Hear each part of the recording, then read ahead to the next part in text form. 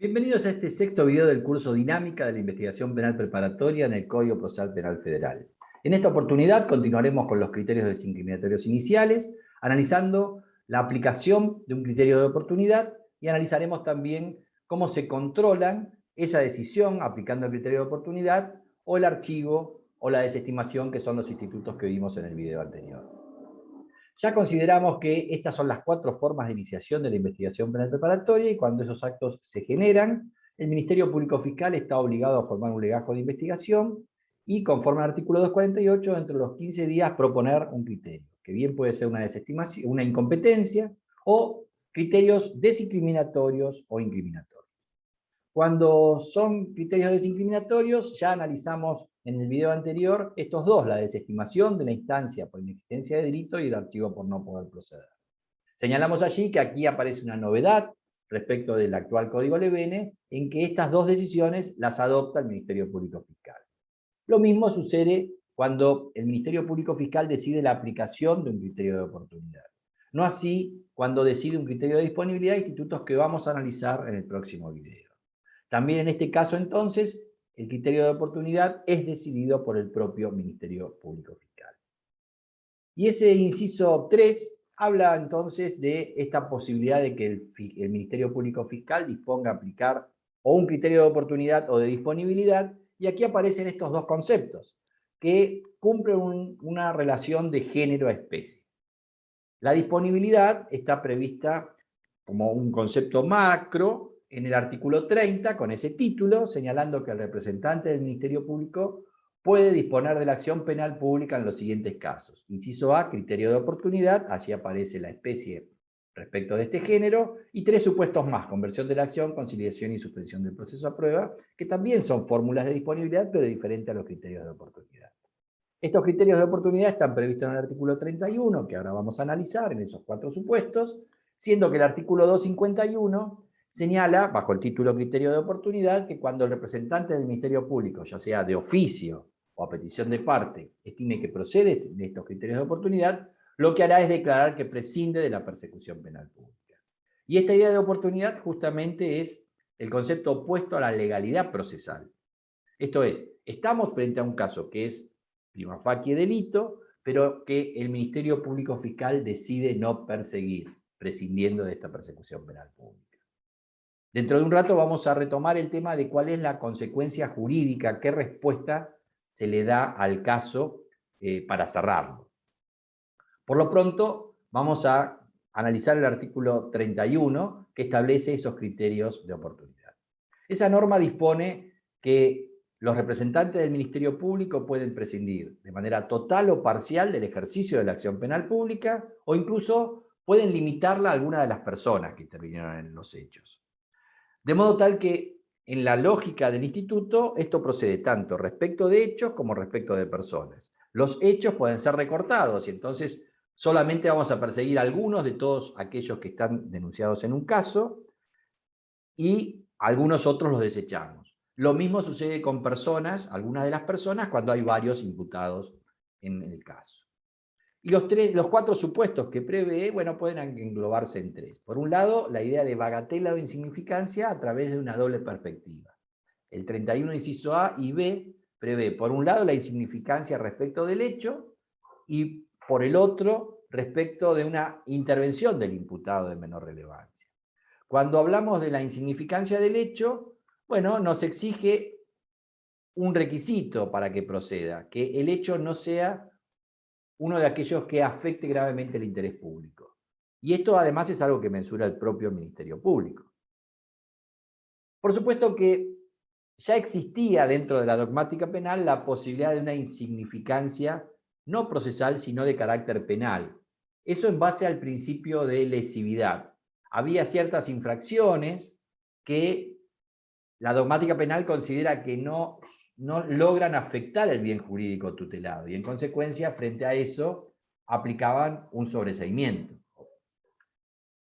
Bueno, la realidad es que esa posición dogmática, bueno, no es hegemónica, hay quienes no la comparten, y lo interesante es que aún para quienes la comparten puede haber supuestos donde, bueno, puedan considerar que no proceda esa insignificancia penal porque en efecto hay una lesión, aun cuando sea mínima, al bien jurídico. Y entonces no aplicarían este sobreseimiento por atipicidad, por no violar, por no afectar el bien jurídico tutelado. Bueno, la cuestión es que esta insignificancia procesal permite ir un escalón más allá, y justamente en casos donde podríamos no admitir, aún para quienes admiten la insignificancia penal, porque considerarían que sí hay lesión a un bien jurídico, aplicar esta insignificancia procesal que tiene este plus. En cuanto a la insignificancia respecto de la intervención por menor relevancia del imputado, bueno, ahí podríamos admitirla porque participó de una manera ínfima o con una culpabilidad reducida. La amplitud de la norma nos permite estos dos supuestos. Y por supuesto que aparecen como requisitos que el caso al cual se lo aplicamos solo tenga prevista pena de multa, inhabilitación o condena condicional. De modo que si hubiera prevista una condena de efectivo cumplimiento, sea por la pena, por la escala penal o por las condiciones personales del imputado, entonces estaría vedada la posibilidad de este criterio de oportunidad. Y esto lo que demuestra es que estos requisitos y estas exigencias legales nos dan la pauta de que hay legal oportunidad. El legislador marca cuáles son los supuestos. Y marcando esos supuestos, prevé otros dos. El caso de la pena natural, que es cuando el imputado sufrió a consecuencia del hecho un daño físico o moral grave que torne innecesaria la pena o incluso la tornen desproporcionada. Y para este código, bueno, se admiten tanto para delitos dolosos como para delitos culposos. Hay códigos que solo lo prevén exclusivamente para los culposos. Y el último supuesto del inciso D es lo que se conoce como pena suficiente. La idea es que se puede prescindir de la persecución respecto de algún hecho que caracteriza como delito cuando, bueno, ya se lo condenó o se lo está juzgando, ya sea en la misma causa o en otras por hechos más graves, e incluso cuando ya se lo condenó o se lo va a juzgar en el extranjero por esos hechos. La idea de este instituto es ahorrar recursos, no invertir justamente recursos para obtener, en definitiva, una sanción que no movería el amperímetro respecto de la ya impuesta o de la que se le va a imponer por otros hechos más graves. Siendo estos los 4 supuestos que prevé como criterios de oportunidad este Código Federal, bueno, cuando uno lo lleva al ámbito del Código Federal, rinde mucho menos que si estamos en el marco de una provincia, donde, bueno, juzgan hechos de violencia callejera o entre particulares. La cuestión es que, entrando en cuál es la consecuencia jurídica de la aplicación de este criterio, debemos remitirnos al artículo 32, que bajo el título Efectos, señala que la decisión que prescinda de la persecución penal pública por aplicación de un criterio de oportunidad permitirá, dice la norma, declarar extinguida la acción. Claro, eso sí, en tanto no haya un instituto de conversión de la acción penal de pública en privada, que es un derecho que le confiere este sistema a la víctima. Como el Ministerio Público decide bajarse y no perseguir determinada persona o determinados hechos, bueno, para darle respuesta a la víctima, aparece este instituto de la conversión de la acción de pública en privada, que como vimos en el 30, figura como un instituto de la disponibilidad de la acción. La cuestión es que este artículo 32 habla de permitir declarar extinguida la acción, y justamente la extinción de la acción es una causal del sobreseimiento del Código, según lo prevé el propio 69 inciso F, y esto tiene su correlato dentro del propio Código Penal, que a través de la reforma de la Ley 27.147 incorporó un inciso al artículo 59 que regula el régimen de la acción, previendo los casos donde se extingue la acción. Y justamente este inciso quinto prevé que se puede extinguir esta acción por la aplicación de un criterio de oportunidad, remitiendo el Código Penal a la regulación que establezcan al respecto las leyes procesales correspondientes. En este caso, este Código Procesal Penal Federal. Y esa remisión, atendiendo a los términos del 32, me persuade de que no es obligatorio extinguir la acción penal y en consecuencia sobreseer, sino que esta es una decisión estratégica que va a adoptar el Ministerio Público Fiscal de manera optativa, siguiendo criterios de política criminal. Para poner un ejemplo, en un caso de pena natural, es muy posible y plausible que el Ministerio Público Fiscal en ese caso pretenda declarar no solo prescindir de la persecución penal pública, sino declarar extinguida la acción penal y en consecuencia sobreseer. Pero, por ejemplo, en un caso de insignificancia, de acuerdo a sus características, puede ser que el Ministerio Público prescinda de la persecución, pero no pretenda que por lo menos por ahora se extinga la acción penal. Y entonces la acción quedaría vigente por el término de la prescripción, de modo tal que, por ejemplo, si el imputado cometiera otro hecho, que podría también en abstracto ser calificado como insignificancia, no solo en ese segundo caso prescindir de la persecución, sino efectivamente perseguirlo y reactivar aquella que había archivado, porque ese archivo, como vimos en el video anterior, no hace cosa juzgada material. Y esas nuevas circunstancias estarían dadas por la nueva comisión de un hecho con esas características. Así que esta es la solución que además ya la había mencionado en el curso 4, video 3, al cual en todo caso remito si alguien quiere ampliar esta perspectiva. La cuestión es que, sea que hay quienes consideren que el sobreseimiento se impone porque la extinción de la acción es obligatoria, como por ejemplo lo propone Daray, o cuando en mi lógica el Ministerio Público optó por declarar extinguida, bueno, no, allí no es automático ese sobreseimiento, porque la víctima tiene 60 días desde que es comunicada esta decisión, o homologada, como vamos a ver por el fiscal superior si la sometió a revisión, para usar esa facultad de convertir la acción penal de pública a privada. Así que, por lo menos, en todos los supuestos se tiene que archivar por este plazo y después ver si lo terminamos solucionando como archivo o como sobreseimiento según la posición que adoptemos sobre el tema. Ahora, lo cierto es que en el 31 no hay otros supuestos previstos, pero el código incorporó otros supuestos, con lo cual quedó de alguna manera sistemática la regulación. Es cierto que lo hizo para ciertos supuestos especiales, como técnicas especiales de investigación, que además no solo para cualquier supuesto, sino para determinados delitos, básicamente vinculados al crimen organizado en investigaciones complejas.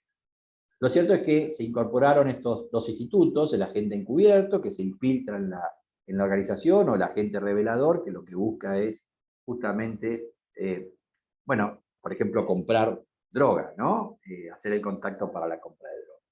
Estos dos institutos, bueno, fueron incorporados por una ley especial, la 27319, y luego, en la reforma del 2018, en la 27482, se los incorpora con regulación al código.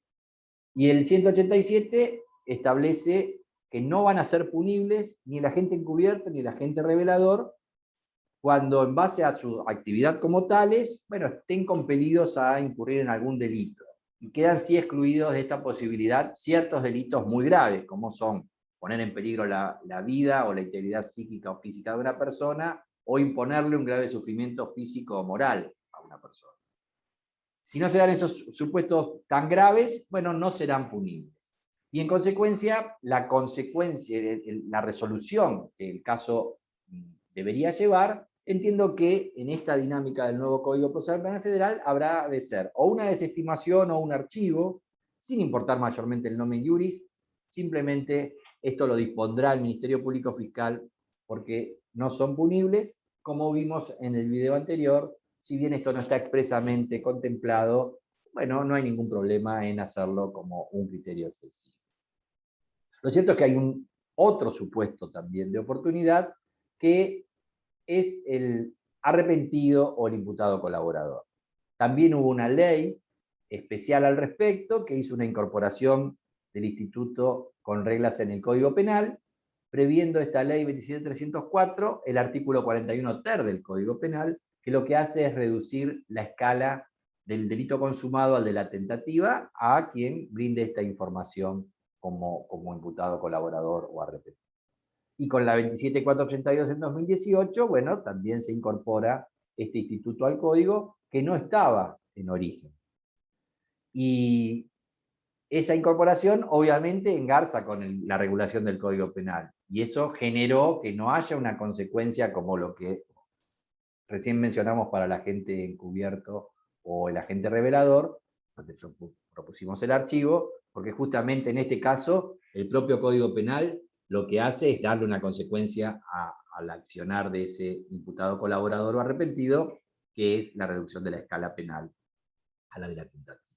Así que en este caso, si bien es un criterio de oportunidad, porque no se lo castiga, hay una reducción en la reacción penal, no lleva ese criterio de oportunidad a prescindir de la persecución penal.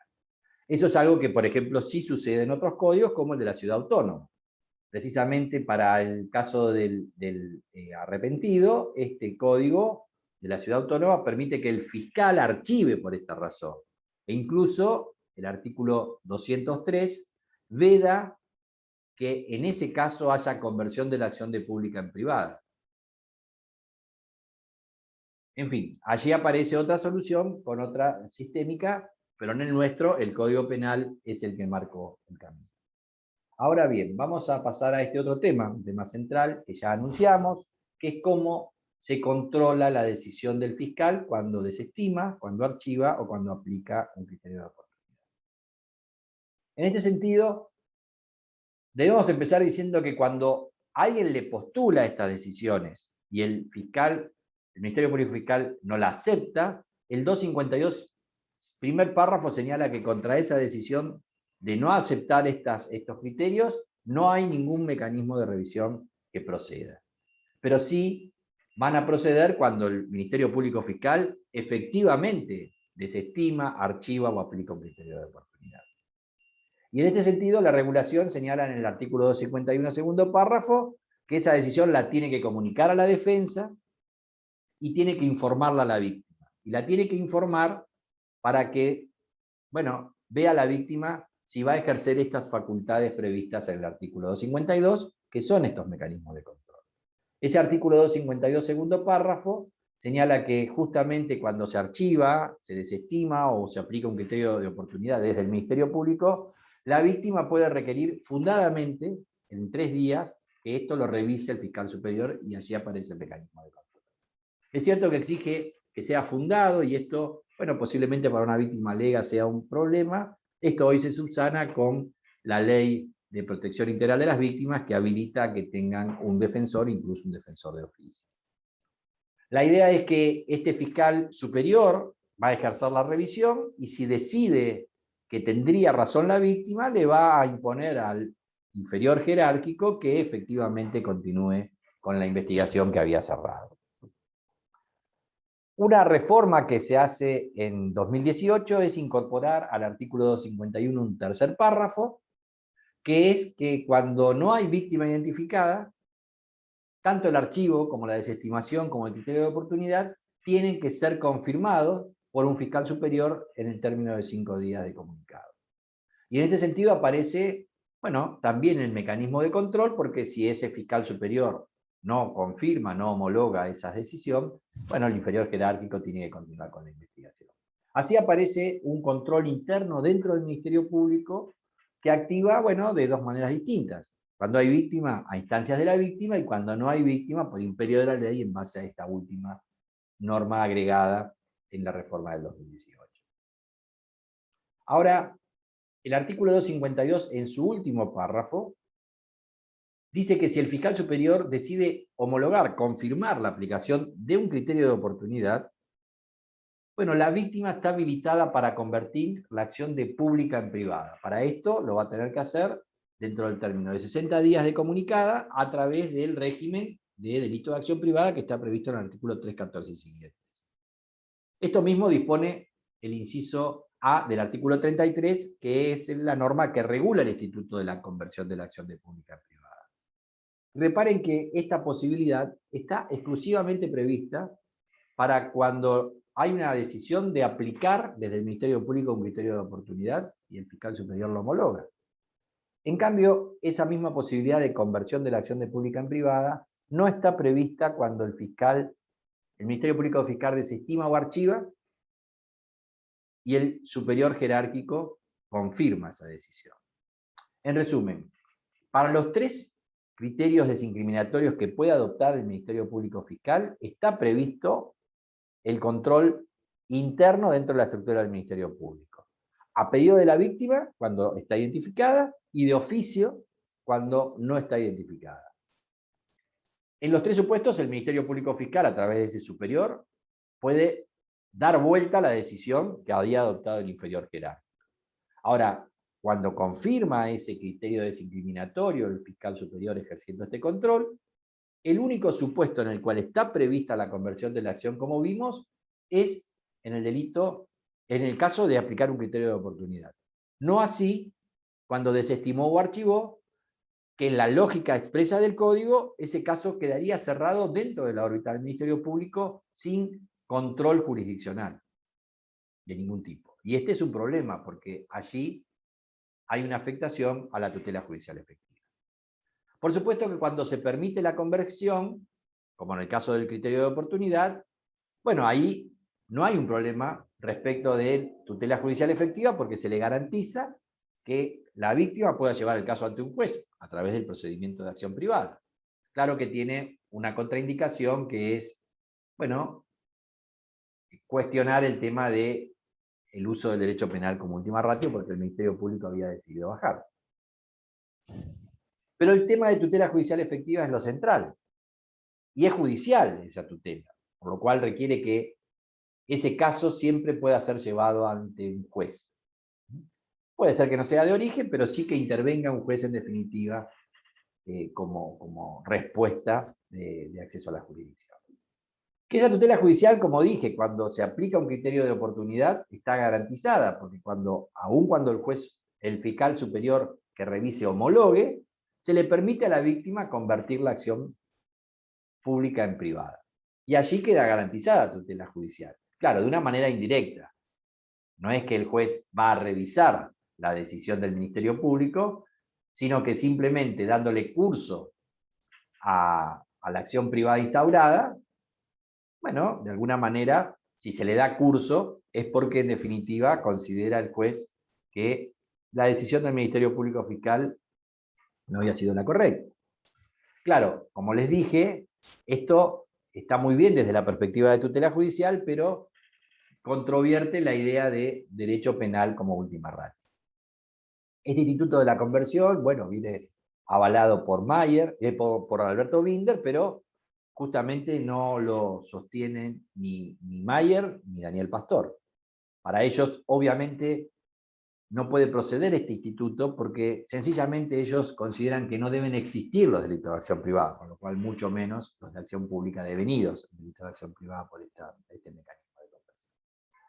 La diferencia respecto de tutela judicial efectiva se nota muy clara cuando se desestima y se archiva, porque si el Ministerio Público Fiscal, a través del fiscal superior, homologa esa decisión, como vimos, a diferencia del criterio de oportunidad, no tiene la posibilidad de convertir la acción penal de pública en privada. Y esto obviamente supone una violación a la tutela judicial efectiva. Es cierto que esta misma solución la prevén otros códigos, como el de la provincia de Buenos Aires, y esto desde hace tiempo. Estos artículos, el 83, inciso 8, 82, 90, bueno, sí contemplan un control dentro de la órbita del Ministerio Público ante el fiscal de distrito, un fiscal superior, pero no permiten ya ninguna otra respuesta. Y esto incluso fue cuestionado y avalado como una respuesta correcta desde la órbita del Poder Judicial. Ahí tenemos un fallo de la Cámara de Casación Provincial que sostuvo que justamente el único control que va es el del fiscal de distrito. Sin embargo, bueno, esto fue cuestionado desde la doctrina, por ejemplo, está este artículo de Nicolás Ceballo, publicado en la Ley Buenos Aires en 2004, que justamente lo que dice es que hay una afectación a tutela judicial efectiva al no permitir que el caso sea sometido a evaluación de un juez. Y bueno, hay soluciones diferentes en otros códigos donde efectivamente ese control judicial se ejerce de entrada. Eso pasa en el código de Chubut. El artículo 272 de ese código señala que la decisión del fiscal respecto de un archivo o una desestimación, bueno, puede ser sometido a control del juez en forma directa a petición de la víctima y además puede hacerlo en cualquier momento. Esta idea es una idea que, bueno, propuso Mayer, y de hecho, Mayer la hizo notar al Congreso respecto de este Código Procesal Penal Federal que estamos comentando. Antes de su sanción, en 2014, hubo una ronda ante el Senado de expertos, y uno de ellos fue Mayer, quien justamente señaló que la víctima debía tener algún amparo jurisdiccional para requerirle a algún tribunal especial que controle a la Fiscalía y diga si el caso debe perseguirse o no, para estos casos de desestimación de archivo. Bueno, por supuesto que ahí sí se garantiza tutela judicial efectiva, porque el caso lo llevamos ante el juez, pero claro, tiene una contraindicación que es intrometerse en la autonomía del Ministerio Público Fiscal afectando el 120, porque obligaría al fiscal a perseguir. Desde esta perspectiva, bueno, hay que tomar todas estas variables y verlas dentro de la dinámica del Código Procesal Penal Federal, que como vimos, bueno, no tiene solución para estos casos. Yo ya advertí en mi libro Bases del 2015 que esta idea de no poder someter el caso a control jurisdiccional para los casos de desestimación o archivo violaban tutela judicial efectiva. Y la propuesta para solucionar el caso es justamente acudir a la conversión de la acción de pública en privada, que bueno, no es un supuesto expresamente previsto, pero que pretorianamente, vía jurisprudencial, puede convertirse. La idea es entonces generar este control indirecto, que también, como el que tiene la víctima, respecto de la aplicación de un criterio de oportunidad, como ya he dicho. Esta, de hecho, es la solución que también propone en el código comentado Daray. El tomo 2 señala que se debe permitir que el querellante pueda impulsar ante el juez el control judicial, permitiéndole continuar en solitario. Eso así, pese a que no está expresamente contemplado por la ley. Y ahí señala que si no se lo habilita, bueno, la ley sería inconstitucional. Y sigue señalando que este control debiera conllevar justamente la posibilidad de la víctima de convertir la acción de pública en privada, que es lo que yo les propongo, y advierte que con esa solución no se da el problema que se da en Chubut y que propone Mayer, que es ese control jurisdiccional directo que supondría esta intromisión inconstitucional en la esfera de decisión del Ministerio Público, al obligarlo a presentar un caso que no deseaba presentar. Así que esta es la solución que propongo, solución que, bueno, también está en otros códigos, como el de la Ciudad Autónoma, y que me parece que es saludable. Justamente la Ciudad Autónoma prevé la conversión de la acción, porque el artículo 10, último párrafo, lo prevé para todos los supuestos donde el fiscal archiva. El único caso que queda excluido es, como vimos hoy, el supuesto del arrepentido. Ahí sí no puede convertir la acción, pero en todo el resto sí, incluyendo, por supuesto, el archivo y la desestimación, al igual que el criterio de oportunidad. Bueno, hasta aquí hemos llegado con este nuevo video. En el próximo vamos a analizar el tema de disponibilidad de la acción, los institutos de disponibilidad que quedan, que son conversión de la acción, suspensión del juicio de prueba y conciliación. Y vamos también a analizar todos los supuestos que quedan prohibidos conforme el artículo 30, último párrafo. Los espero en ese nuevo video. Muchas gracias.